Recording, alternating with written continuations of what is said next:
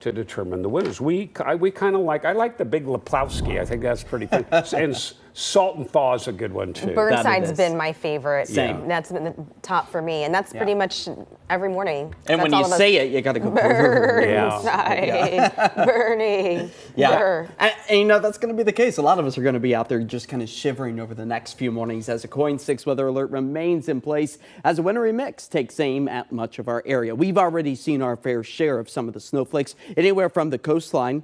Yeah, seaside still holding on just to a few of those little scuffs of snow there along the beach from earlier today as Mount Hood Meadows and much of the high terrain welcomes the sight of the winter weather. Piling back up the snow for many of our ski resorts, upwards of 2 inches in many locations, and that's building back up that base layer that started to shrink, if not turn into just an ice skating rink as opposed to skiing and snowboarding conditions as we prepare for more winter weather ahead. As the cloud coverage is still widespread, we got this little burst of moisture right now pushing its way through parts of the Vancouver, Portland area. A lot of the snow not actually making its way to the surface unless you're closer to, say, about 500 feet. That's where you could pick up on a few of those flakes like what we've seen already over the past hour in parts of Clark County. But for the most part, we'll slowly start to dry things out for the rest of this evening as we break through some of the cloud coverage, returning the sunshine as those temperatures fall back into the low 30s to the upper 20s. But our snow elevation levels expected to continue to dance around 700 feet, if not even close to the Portland Valley floor.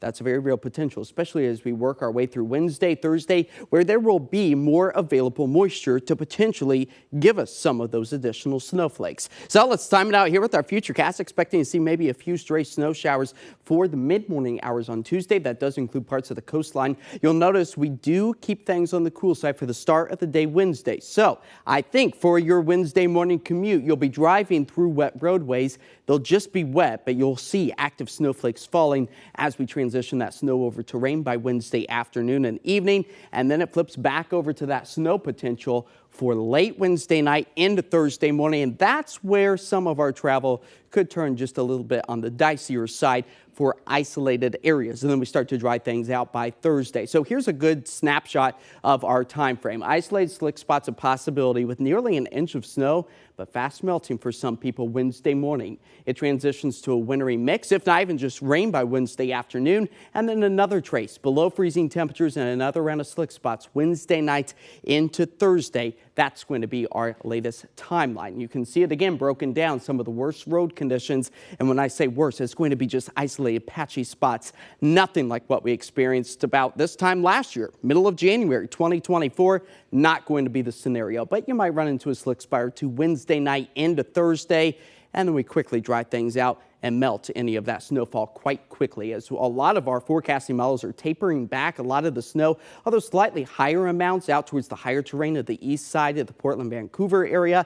So that is something to keep in mind. So yes, I do believe over the next several days we'll see a few snowflakes falling, maybe piling up on grassy spots for a moment, but at least for the heart of the city, not expecting to see major impacts as far as the roadways go. 30 degrees, that's where we fall to tonight. A wintry mix drying for the rest of this evening, getting back up to about 43 degrees, but we have those KOIN 6 weather alerts in place Tuesday through Thursday, where afternoon highs will melt anything that falls. But again, the slick spots possible early Wednesday morning, again Wednesday night into Thursday morning, and then maybe another blast of wintry-like weather for Friday night into Saturday, which is the Portland Winter Light Festival.